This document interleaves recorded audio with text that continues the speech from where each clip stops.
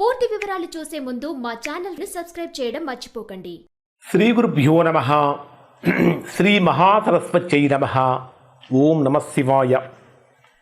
Narayana Sastry astrology channel వీక్షిస్తున్నటువంటి ప్రేక్షక మహాశీలకు స్వాగతం, సుస్వాగతం.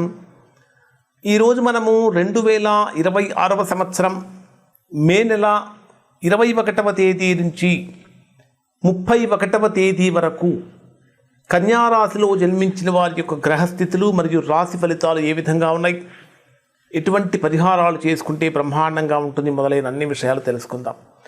ప్రస్తుతం ఈ 10 రోజులు అంటే జరుగుతున్నటువంటి గ్రహ సంచారం కన్యారాశి వారి యొక్క జీవితాన్ని ఏ విధంగా ప్రభావితం చేయబోతుంది అనే విషయం చాలా క్షుణ్ణంగా తెలుసుకుందాం.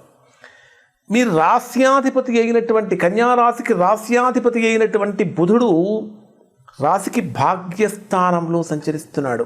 9వ స్థానం భాగ్యస్థానం, అదృష్ట స్థానం అంటారు. రాశ్యాధిపతి మరియు దశమ స్థానాధిపతి అయినటువంటి బుధుడు 9వ స్థానంలో అదృష్ట స్థానంలో సంచరిస్తున్నటువంటి కారణం చేత పట్టిందల్లా బంగారమేనా అన్నట్లుగా ఉండబోతుంది. మనస్సులో ఏది తలుచుకుంటే అది శీఘ్రంగా నెరవేరేటటువంటి విధంగా కన్యారాశి వారి యొక్క అడుగులు పడబోతూ ఉన్నాయి.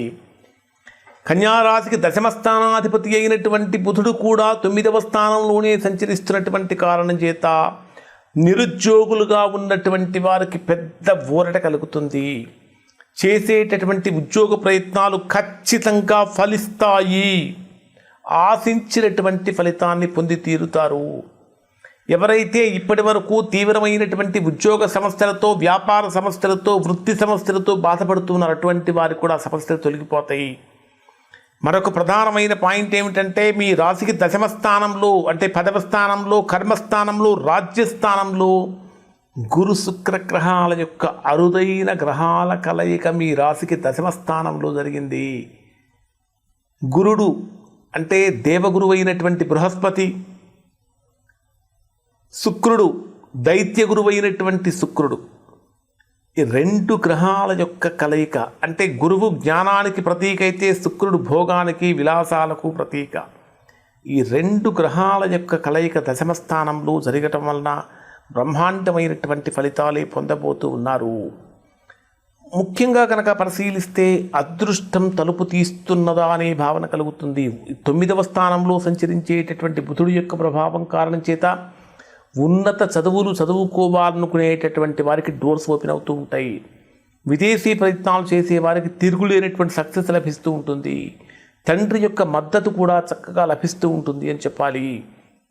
ముఖ్యంగా చెప్పాలంటే ఇక్కడ దశమ స్థానంలో సంచరించేటటువంటి గురు శుక్ర గ్రహాల యొక్క కలయికను కనుక మనం పరిశీలించినట్లయితే ప్రధానంగా దేవగురువు అయినటువంటి బృహస్పతి, ధనకారకుడైనటువంటి శుక్రుడు, ఈ 2 గ్రహాలు కలిసి ఉండటం అనేటటువంటిది కన్యారాశి వారికి అత్యంత శక్తివంతమైనటువంటి రాజ్యయోగాన్ని కలిగిస్తుంది.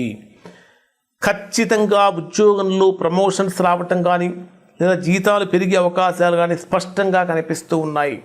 నిరుద్యోగులకు మంచి స్థలంలో ఉద్యోగాలు పొందే అవకాశాలు ఉన్నాయి. సమాజంలో మీ గౌరవ మర్యాదలు, హోదా ఖచ్చితంగా పెరుగుతాయి. అష్టమ స్థానంలో సంచరించేటటువంటి కుజుడు యొక్క ప్రభావాన్ని కనుక తీసుకుంటే కుజుడు అష్టమ స్థానంలో ఉన్నప్పటికీ స్వక్షేత్రంలో సంచరిస్తున్నటువంటి కారణం చేత ఎటువంటి ప్రతికూలతలు కన్యారాశి వారికి కుజుడి మూలకంగా ఉండవు. అష్టమ స్థానంలో ఉన్నప్పటికీ స్వక్షేత్రంలో ఉన్నటువంటి కారణం చేత ఉండవు. ఇంకా కుజుడి కారణం చేత ఆకస్మికమైనటువంటి భూలాభము, పిత్రార్జితానికి సంబంధించినటువంటి ఆస్తులు కలిసి వచ్చే అవకాశాలు ఉంటాయి. అయితే మీ మాట తీరులో దూకుడు కొద్దిగా పెరగవచ్చు. వాహనాలు నడిపేటప్పుడు చాలా జాగ్రత్తగా వ్యవహరించండి. సప్తమ స్థానంలో సంచరించే శని ప్రభావాన్ని కనుక మనం పరిశీలించినట్లయితే జీవిత భాగస్వామితో అపార్థాలు రాకుండా చూసుకోండి. చిన్నపాటి అపార్థాలు పెద్దగా కూడా తీవ్రంగా కూడా దారితీసే అవకాశాలు ఉంటాయి. కొత్త వ్యాపార ఒప్పందాలు చేసుకునేటప్పుడు తొందరపడకుండా ఆలోచించి నిర్ణయం తీసుకోవాలి. మరి డే వైజ్గా పరిశీలిస్తే కన్యారాశి వారికి ఏ విధంగా ఉంటుంది అని కనుక మనం పరిశీలించినట్లయితే 21వ తేదీ నుంచి 31వ తేదీ వరకు చంద్రుడి యొక్క వేగవంతమైనటువంటి పరివర్తన మీ దైనందిన జీవితాన్ని, మానసికమైనటువంటి స్థితిని ఏ విధంగా మార్చబోతుందో తేదీల వారీగా మనం ఇప్పుడు చాలా స్పష్టంగా తెలుసుకుందాం. 21వ తేదీ ఉదయం నుంచి 22వ తేదీ రాత్రి 2:06 వరకు ఉండేటటువంటి సమయంలో మీకు లాభస్థానంలో సంచరించేటటువంటి చంద్రుడి యొక్క ప్రభావం కారణం చేత ఇక్కడ స్వక్షేత్రంలో చంద్రుడు అత్యంత బలంగా ఉంటాడు. ఈ 10 రోజులు ప్రారంభం మీకు చాలా అదిరిపోయేలా మొదలవుతుంది. లాభాలతో మొదలవుతాయి. ఒకటి కంటే ఎక్కువ మార్గాల ద్వారా ధనలాభం వచ్చే అవకాశాలున్నాయి. నిలిచిపోయినటువంటి పాత బాకీలు ఏవైతే ఉంటాయో చక్కగా వసూలవుతూ ఉంటాయి. ఇంకా చెప్పాలంటే స్నేహితులు సామాజికంగా కనుక పరిశీలిస్తే సమాజంలో పెద్దలతో లేదా పాత స్నేహితులతో కలిసే అవకాశాలు ఉంటాయి. వారి మద్దతుతో మీ వ్యాపారాలు సజావుగా సాగుతూ ఉంటాయి. మీ సమస్తమైన కోరికలు కూడా నెరవేరే సమయం వచ్చిందని చెప్పాలి. ఖచ్చితంగా మీకు ఏమనిపిస్తుందంటే ఈ రోజు నాకు రావాల్సిన డబ్బు ఖచ్చితంగా నా చేతికి అందింది అని ఒక రకంగా సంతోషంగా భావించే రోజుగా ఉంటుంది.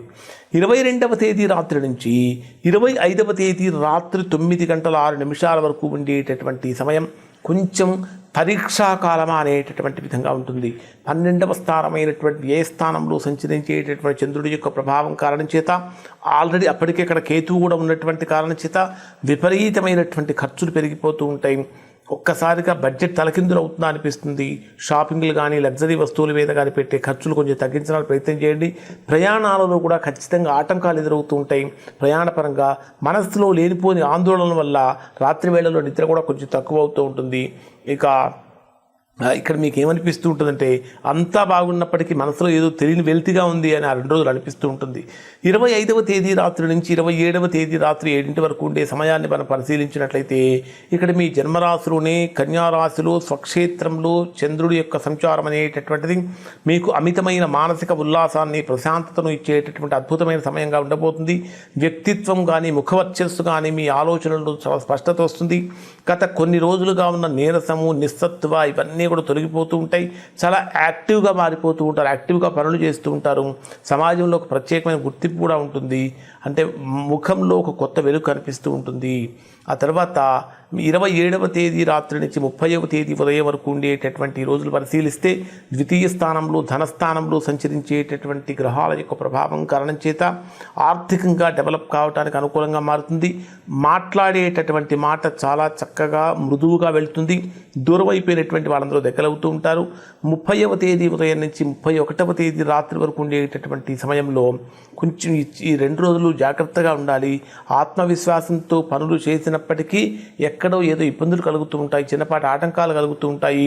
తోబుట్టువులతో కానీ కమ్యూనికేషన్ ప్రాబ్లమ్స్ వస్తూ ఉంటాయి. అంటే పొరుగువారితో కానీ మాట్లాడేటప్పుడు కొంచెం ఓపిక వహించాలి. అంటే మీరు కరెక్ట్గా మాట్లాడుతున్నప్పటికీ అవతల వారు దాన్ని రాంగ్గా అర్థం చేసుకునే అవకాశాలు ఉన్నాయి. ఈ 2 రోజులు దూర ప్రయాణాలు వాయిదా వేయటం చాలా మంచిది.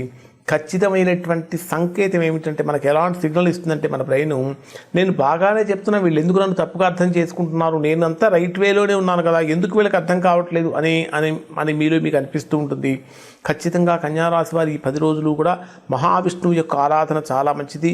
దాని తర్వాత 22వ తేదీ నుంచి 25వ తేదీ వరకు సంకటహర చతుర్థి స్తోత్ర పారాయణం చేయటం వల్ల మంచి ఫలితాలు పొందుతారు.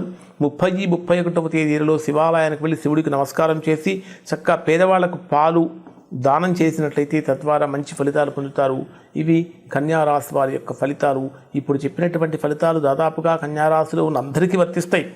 ఎవరికైతే వర్తించడం లేదో, ఎవరైతే తీవ్రమైనటువంటి ప్రతికూలతలు పొందుతున్నారో అటువంటి వారు ఒక్కసారి మీరు మీ యొక్క వ్యక్తిగత జాతకాన్ని విశ్లేషణ చేయించుకొని దోషం ఎక్కడుందో తెలుసుకుని దోష నివారణ చేయించుకుంటే చక్కగా సత్ఫలితాన్ని పొందుతారు. ఇవి కన్యారాశి వారి యొక్క ఫలితాలు. శుభం.